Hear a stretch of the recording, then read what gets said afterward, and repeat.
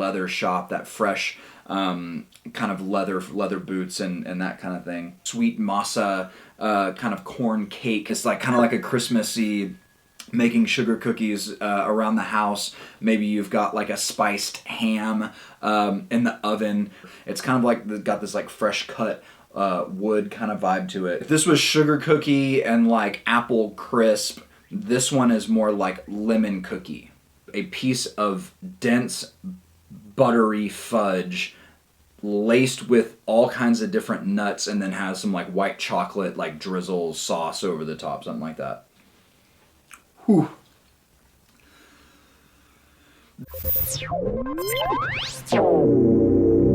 The liquid culture. What's up, everybody? Welcome to another episode of The Liquid Culture with me, Mitchell Shirok. Today's episode is all about bourbon, but coming from a place where you may not necessarily expect it unless you're familiar with Texas bourbon. But we're going to touch on a little bit about what bourbon is, maybe talk about some misnomers surrounding bourbon, and then we're going to taste through 3 bourbons here from the first legal bourbon distillery in the state of Texas, and an absolute favorite and absolutely considered one of the best distilleries in the country. So it was actually in 1964 when President LBJ signed an act, in fact, claiming that bourbon was the official national spirit of America. And bourbon is very uniquely that. It is the spirit of America. It was invented here in Kentucky, and it is only a whiskey is only able to be called bourbon if it is made in America, and that's kind of misnomer, I guess, number one, or the absolute top misnomer when it comes to bourbon, is that a lot of people think that bourbon has to be made in Kentucky, and sometimes even more specifically within Bourbon County, Kentucky, and that is actually a myth.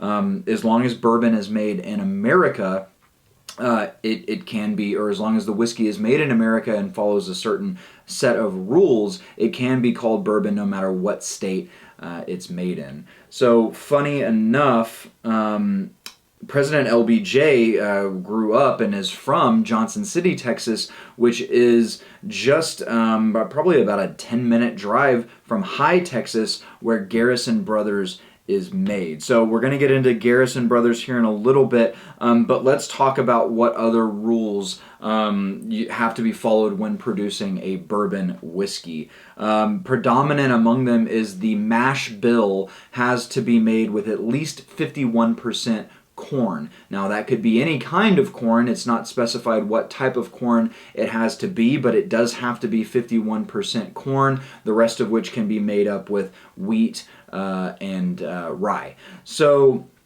when it comes to that mash bill, that's one of those things that really kind of signifies the overall kind of flavor you expect from bourbon, which is that more kind of sweet corn-based flavor characteristic, and I think that with Garrison Brothers you can absolutely pick up on the corn character in these whiskeys. Another rule is that the whiskeys must be aged in new charred American white oak barrels for a minimum of 2 years. Most whiskey or bourbon makers throughout the country go far longer than that minimum 2 years, and in fact it's very rare to see a good quality 2-year-old bourbon. But when it comes to what kind of separates Texas bourbon from other bourbons in Kentucky, is that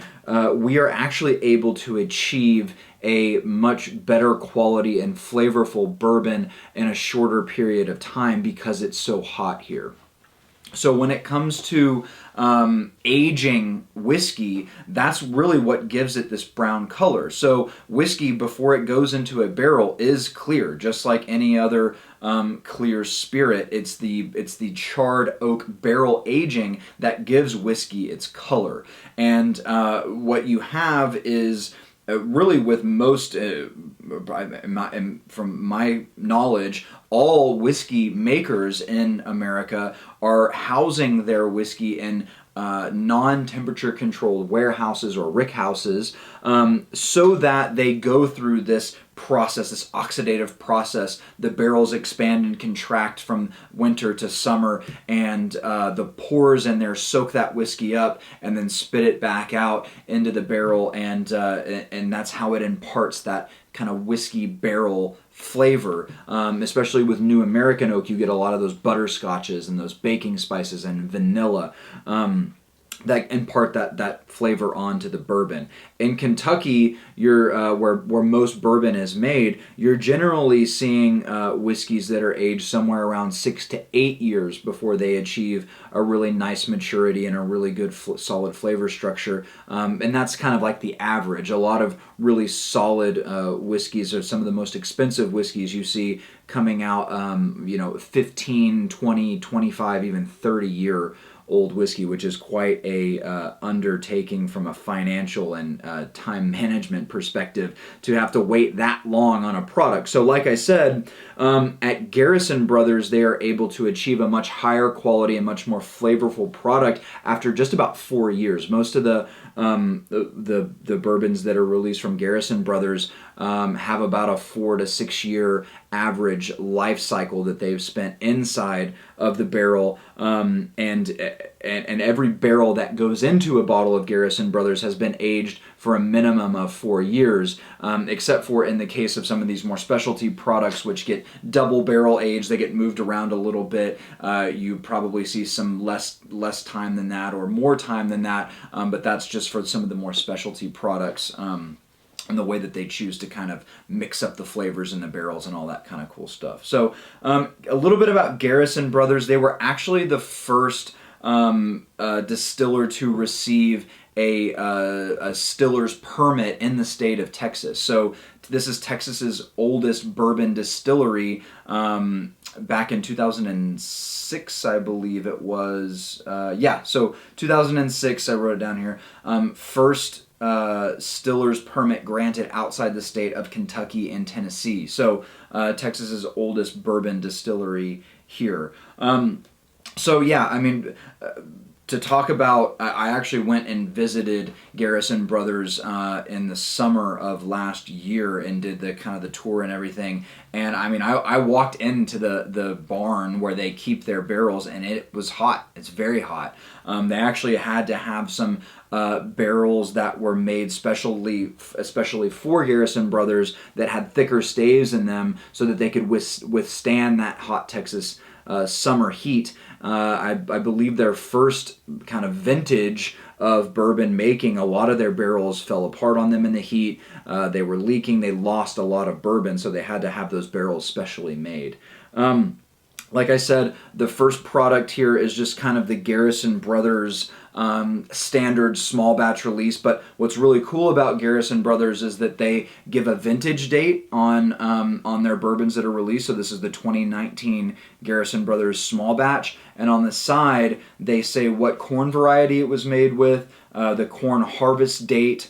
Which in the instance of this bottle, you have number 1 Panhandle White is the corn variety. It was harvested in 2013 from Dallam County. The whiskey was distilled and barreled in 2014 and then released in 2019. So 2019 small batch Garrison Brothers bourbon, made again with at least that 51% corn.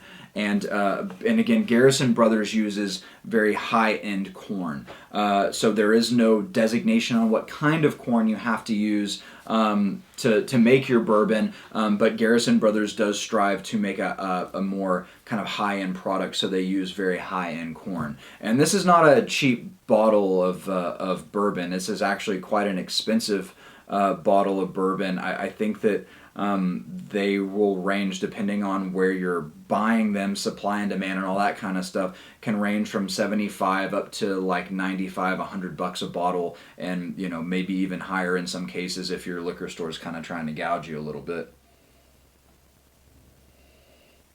So this first one here, To be quite honest with you, when I went and did the tour and then did a tasting afterwards, I tasted the standard offering, a couple of their single barrel vintages, and then the Estacado, and really the just the standard bottling is my favorite of theirs.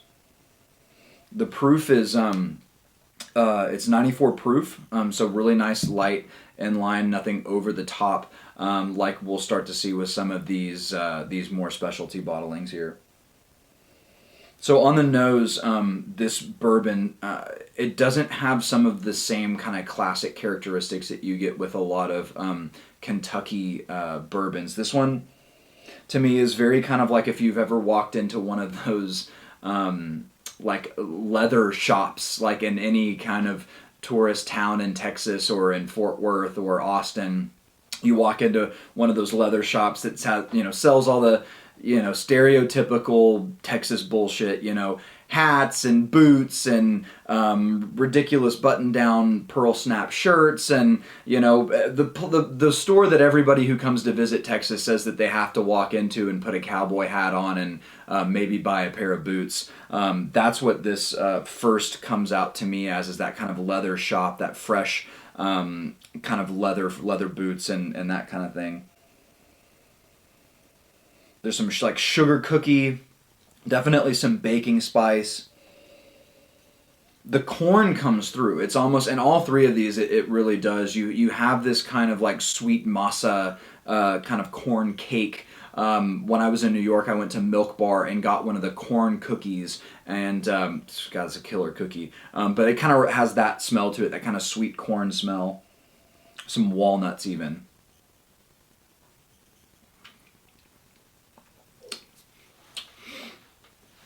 Incredibly smooth. This is a whiskey that for me is tough. I have to remind myself that it's a more expensive bottle, because here, living 15 minutes from the distillery, we have it pretty readily available here, and it drinks so smooth and so easy.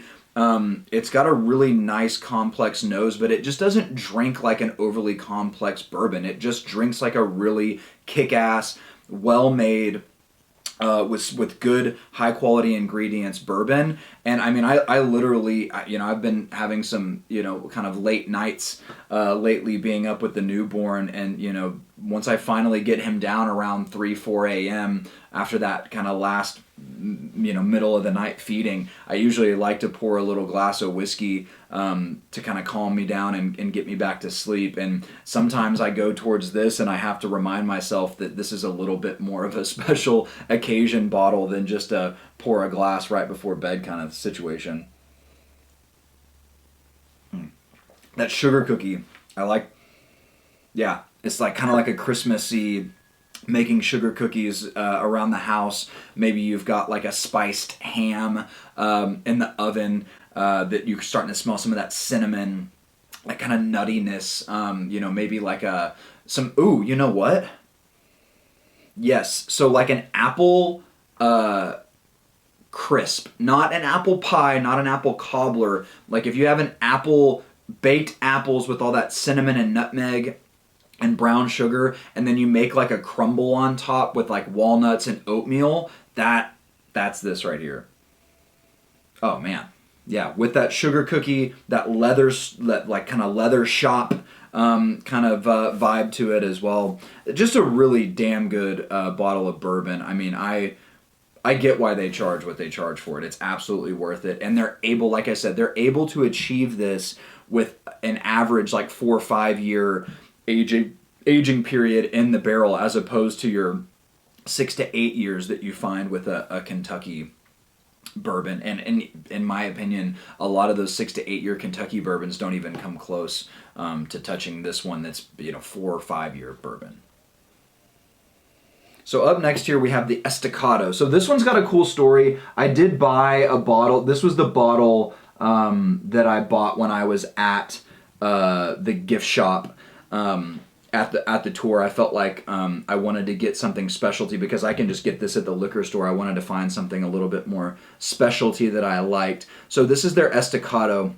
A cool story behind Estacado is that I've mentioned it probably once or twice, and I'll be mentioning it again when I release my Texas kind of wine guide. But Llano Estacado, it was one of the first kind of modern Texas wineries out in the High Plains near Lubbock.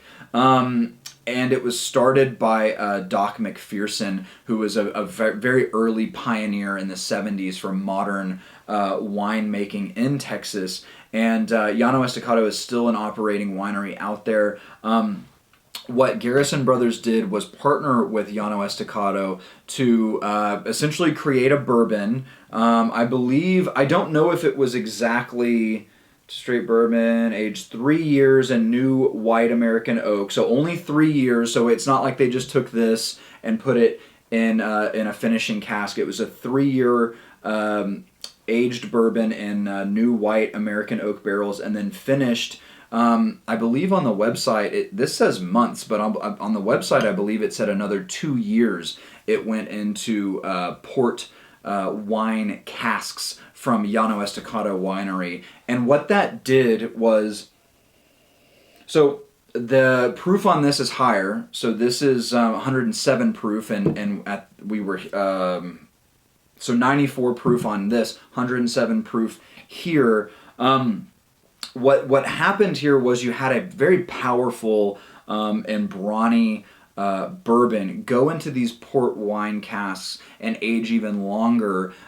So this weird kind of juxtaposition of what that port wine did to impart a kind of fruity and light, kind of fresh, acidic kind of characteristic to this whiskey that was already really nice and powerful. So on the nose with this Estacado, you do have some of those very characteristic bourbon characteristics, like I get like lumber yard. Like if you go to like the lumber area at Home Depot, or maybe you're building a fence or something like that, and you go to a lumber yard and they're cutting all this fresh lumber. It's kind of like they've got this like fresh cut wood kind of vibe to it.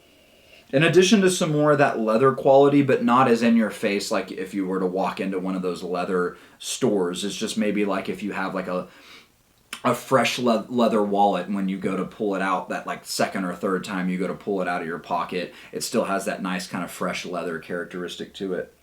But it's very bright and fruity. So there's a very lemony. If this was sugar cookie and like apple crisp, this one is more like lemon cookie. Like those little lemon cookies that you get in like a package at the grocery store and have to, with your tea or something like that. In addition to some kind of bright, kind of toffee, kind of brittly kind of toffiness.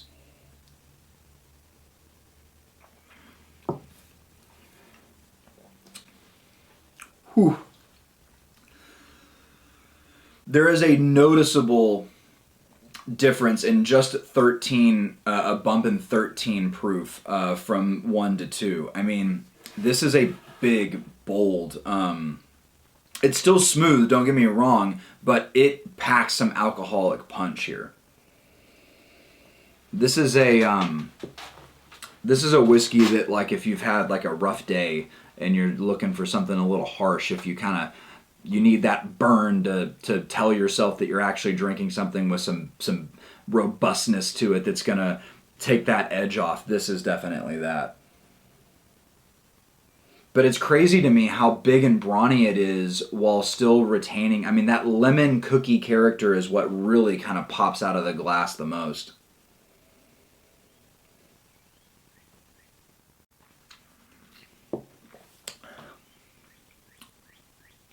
It's on the palate too. It's in the back of the throat, that kind of lemon cookie thing. That's a lot of fun. The last one I've got here is their pride and joy. This is the Garrison Brothers Balmorhea.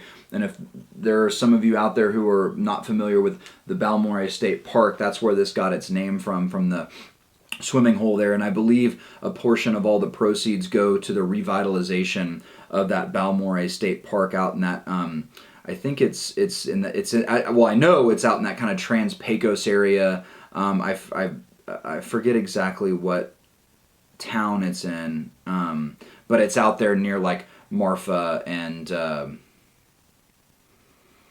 man, I can't believe I'm spacing on the name of the town that it's in, but that's where the name comes from.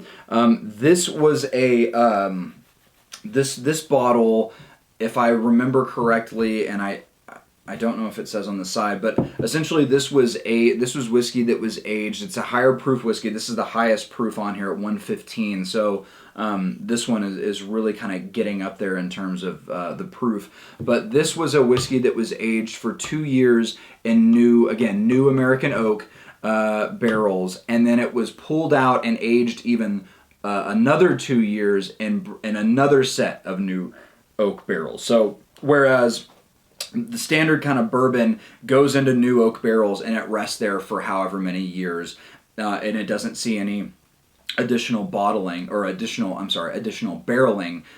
This was barrel aged for 2 years, pulled out of those new, put into new American oak barrels, aged 2 years, pulled out of those 2-year-old barrels and put back into another set of new oak barrels and aged for another 2 years. So again, 4-year total age on this, but that was 2 years in new and then 2 years in another set of new. So a lot of new oak characteristic to this bourbon. And this is a bourbon that has won the last 2 years, in fact, both 2019 and 2020, the Jim Murray's Whiskey Bible Micro Whiskey of the Year. So it's a pretty big honor. Pretty big honor to receive that, especially 2 years in a row. Micro Whiskey of the Year. It's pretty crazy. So it's a little darker in color. It definitely extracted from going into essentially 2 sets of new charred oak. But this one's interesting. This one has a very sweet candy thing going on with it, and like white chocolate is very prominent. Both white chocolate and like fudge, very buttery, kind of fudgy, not like dark chocolate, not like bittersweet baking chocolate, like fudge. And I get a little bit of that lumberyard on this one as well, some of that fresh cut wood. Some nuts, again, back to maybe the walnuts, pecans, kind of like roasted chestnut kind of thing. I'm thinking of like, I'm trying to think of like the perfect like single item to encapsulate this entire whiskey here. Probably would be like a piece of dense buttery fudge laced with all kinds of different nuts, and then has some like white chocolate like drizzle sauce over the top, something like that.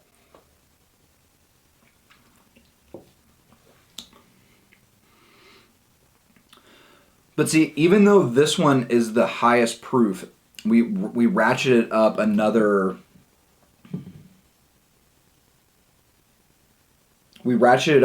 8 points in overall proof. But this one is not showing it as much as the Estacado did. The Estacado has a little bit of burn going down, whereas this Balmorhea, even though it's the highest proof here, it's not showing it. It's probably the most smooth of the 3 here, and I would attribute that to having that secondary aging in another set of new oak barrels. It would really just, that char and that time in the barrel really kind of smooth out the overall palate of the whiskey. Man, I don't know, that Balmorhea, man, this is really killing it. See, I go back to the first, to the just kind of the standard bottling, and that masa, that kind of sweet corn thing is really starting to come out here, and it's not as punchy. Whereas this one's got a lot of bold, like in your face, like boom, there's that fudgy chocolate and those nuts.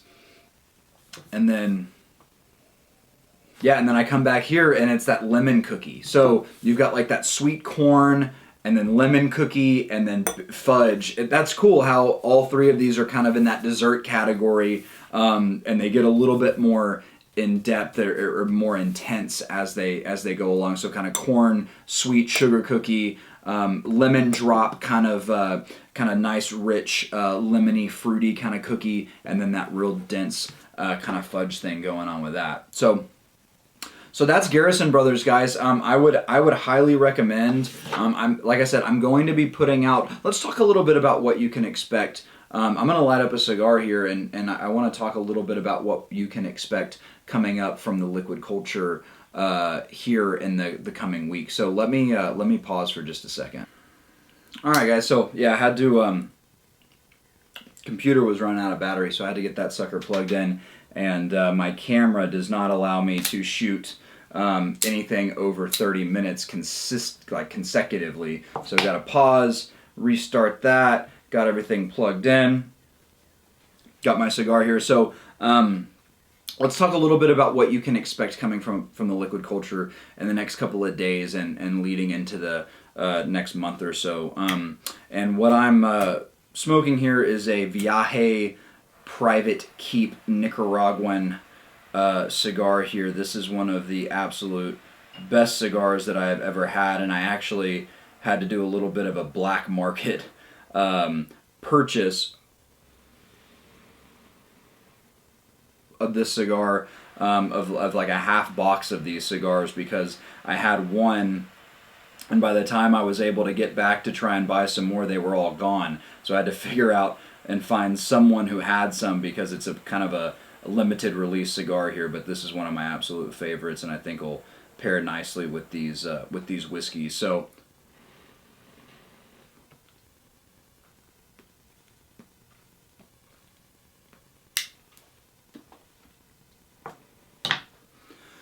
what can you expect in the coming weeks and months? So I'm going to be releasing, I know that it's kind of the worst time possible to be releasing a wine country travel guide. Trust me, I get it. It's, probably just going to cause everybody to feel like they're, being trapped in their homes even more so than they already are. But I still want to release it as part of my Texas Wine Month. I'm very excited about it. I've been working hard on it. So that's going to be a nice kind of guide for once all this quarantine and travel ban and all that kind of stuff is lifted. That'll be a nice guide for you guys to look over and follow and kind of help plan your next visit down here to the Texas Hill Country to do your wine traveling, do some tastings. Gonna have some breweries on there. I'm gonna have Garrison Brothers on there, places to eat, places to stay. Very in depth, much like my Napa Valley wine country travel guide, which I posted on the site a little while ago.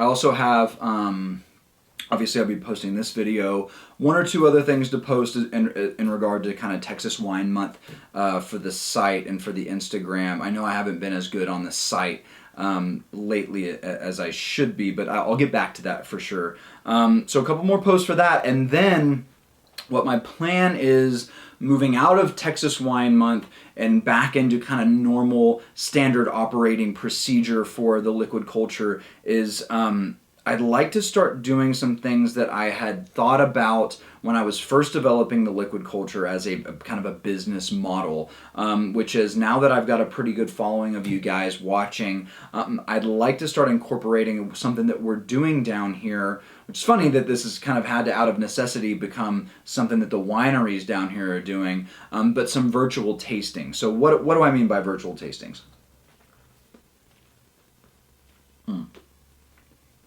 The cigar is like perfect, and about halfway through it, flavor profile changes, starts doing this kind of like Vietnamese iced coffee thing, which I freaking love. So virtual tastings. What I would like to do is to let you guys know what's coming up in regard to things that I'm going to be tasting on camera. And I haven't decided if I want to do like Instagram Live yet, or if I want to film it and then let you guys know when I'll be dropping the video. But I want you to be able to kind of taste along with me. So I'll be putting out a schedule of wines that I plan on tasting. So like in the past, it's always just been kind of like here's the video that I'm posting, and you guys don't know what I'm going to be drinking until I actually put it out there. But this method, I think, will be a lot more interactive for y'all. You can kind of know ahead of the game what I'm going to be tasting on camera, and you can get a bottle of the same thing and taste it while you're watching the video, so that you can kind of determine, are you picking up some of the same things I am? Are you experiencing that wine in the same way I am? And then is it a wine that you like or maybe don't like? And it'll also, I think, help in kind of solidifying. I'll make it very educational. There will be kind of a focus to it, a reason why we're doing that wine, whether it's varietal, region, producer. It'll give you a better way, a more interactive, hands-on way to kind of solidify that knowledge.